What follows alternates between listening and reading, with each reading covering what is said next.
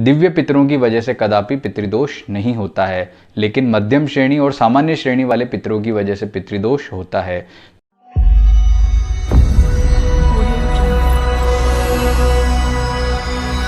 नमस्कार मित्रों, मैं हूं सुधाकर पुरोहित, आपका ज्योतिष मित्र।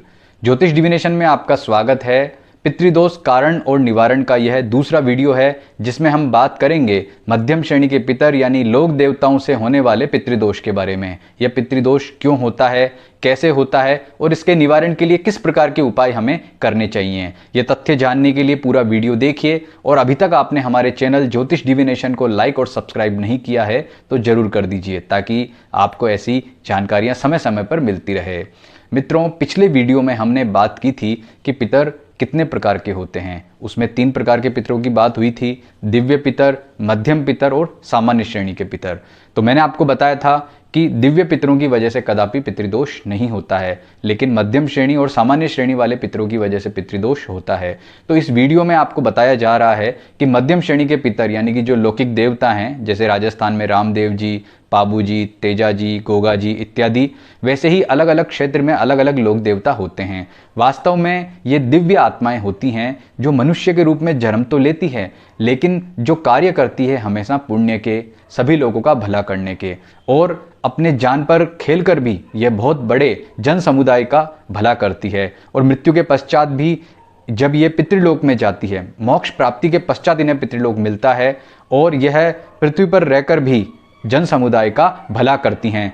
कभी कभी ये मध्यम श्रेणी के पितर या लोक देवता भी रुष्ट हो जाते हैं, और रुष्ट होने के कारण जो पितृदोष बनता है वह बहुत ही खतरनाक फल देने वाला होता है, और इसका उपाय भी इतना आसान नहीं होता।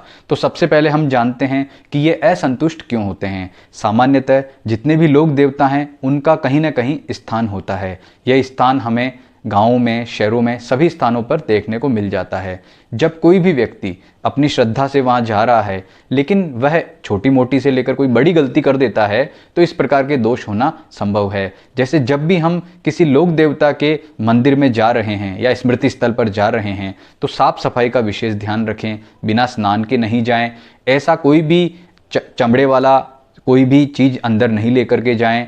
अशुद्ध होकर के नहीं जाएं। किसी प्रकार का नशा कर करके बिल्कुल भी नहीं जाएं, या किसी गलत इंटेंशन यानी कि गलत भावना के साथ में हमें वहां पर नहीं जाना चाहिए। कोई व्यक्ति अगर तंत्र आदि गलत कर्म कर रहा है या किसी भी प्रकार की हिंसा इत्यादि करके इन स्थानों पर जा रहा है, कोई नशा करके जा रहा है, शराब पी करके जा रहा है, तो ऐसी स्थिति में ऐसे लोक देवता बहुत जल्दी असंतुष्ट हो जाते हैं। क्योंकि अगर ये संतुष्ट भी जल्दी होते हैं तो असंतुष्ट भी जल्दी होते हैं। तो ऐसी स्थिति में जब ये कुपित होकर के फल प्रदान करते हैं, वही हमें पितृदोष के रूप में प्राप्त होता है। और यह फल किसी भी रूप में प्राप्त हो सकता है। यह हमारे परिवार की आर्थिक रूप से हानि कर सकता है, पारिवारिक हानि कर सकता है, या सामाजिक स्तर पर हानि कर सकता है, शारीरिक हानि कर सकता है।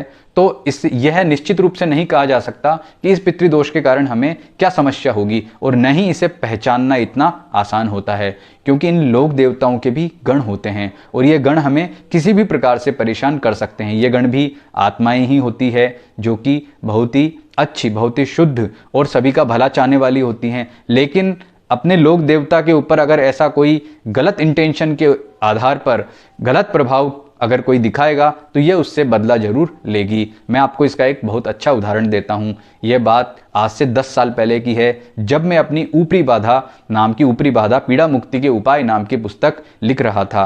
तो लेखन के दौरान मैं अनेक विद्वानों से मिला जो कि इस विषय के बहुत अच्छे जानकार थे। तो एक विद्वान जिन्हें सब लोग भक्त जी कहते थे, उन्होंने मुझे एक किस्सा सुनाया था कि एक बार एक 6 फुट का लंबा चौड़ा व्यक्ति उनसे मिलने आया था। जब मिलने आया तो वह बिल्कुल पतला हो चुका था, काला पड़ चुका था, और उसने आकर के कहा कि उसके साथ बहुत ही अजीब समस्या पिछले 2-3 महीने से हो रही है। समस्या यह है कि जब रात में वह सो जाता है तो उसे ऐसा लगता है कि कोई आकर उसे मार रहा है, और इतनी बुरी तरह से मार रहा है कि जब वह सुबह उठता है तो उसका रोम रोम दर्द करने लगता है, और यह अनवरत रूप से लगातार जारी है। कई बार वह कोशिश करता है कि मैं सोऊं ही नहीं, लेकिन जैसे ही नींद लगती है वह हो जाता है। वह कहीं जगह इसके उपचार के लिए भी गया, लेकिन कहीं भी उसे आराम नहीं मिला।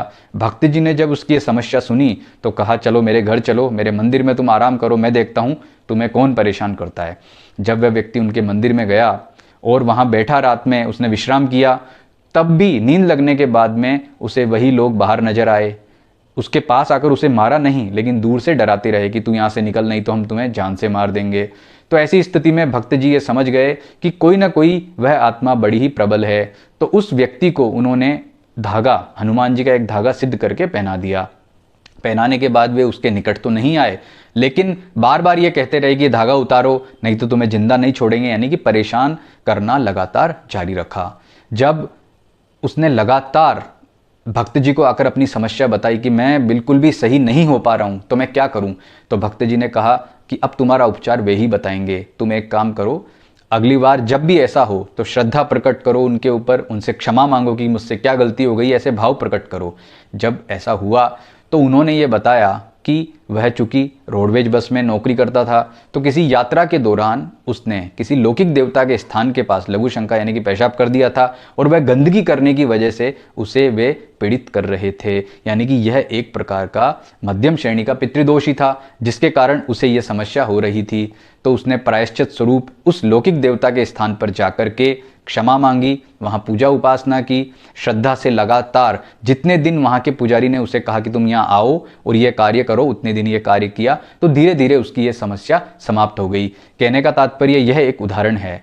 तो हमें जब भी अगर इस तरह की कोई आशंका हो कि किसी लोक देवता के कारण या स्थानीय देवता के कारण या भौमिया जी के कारण हमें समस्या हो रही है, तो ऐसे स्थान पर जाकर के उनसे क्षमा प्रार्थना करें और उनके जितने भी नियम हैं उनका पालन करें। स्वच्छता का विशेष ध्यान रखें, क्योंकि किसी मंदिर में अगर आप ऐसे चले जाएंगे तो कोई फर्क नहीं पड़ेगा, लेकिन अगर आप इन स्थानों पर अशुद्ध होकर के जाएंगे तो उसका बहुत ही बुरा फल मिल सकता है। तो हमें इसका उपाय क्या करना चाहिए? इसका सबसे अच्छा उपाय यह है कि आपको किसी भी प्रकार का पितृदोष हो, चाहे मध्यम श्रेणी वाला पितरों वाला पितृदोष हो, चाहे सामान्य श्रेणी के पितरों वाला पितृदोष हो, आप इन स्थानों पर जरूर जाएं और उनसे प्रार्थना करें कि हमारे इस समस्या को दूर कीजिए, और उनके मंत्र जप, उनका प्रसाद जो चढ़ता है वह चढ़ाइए, उनके निमित्त कोई व्रत होता है वह करिए, या जो पुजारी वहाँ का आपको बताता है वह उपाय आप करेंगे तो आपको निश्चित रूप से लाभ होगा। यदि आप पितर और पितृदोष से संबंधित विस्तृत जानकारी प्राप्त करना चाहते हैं तो हमारे संस्थान की यह पुस्तक पितृदोष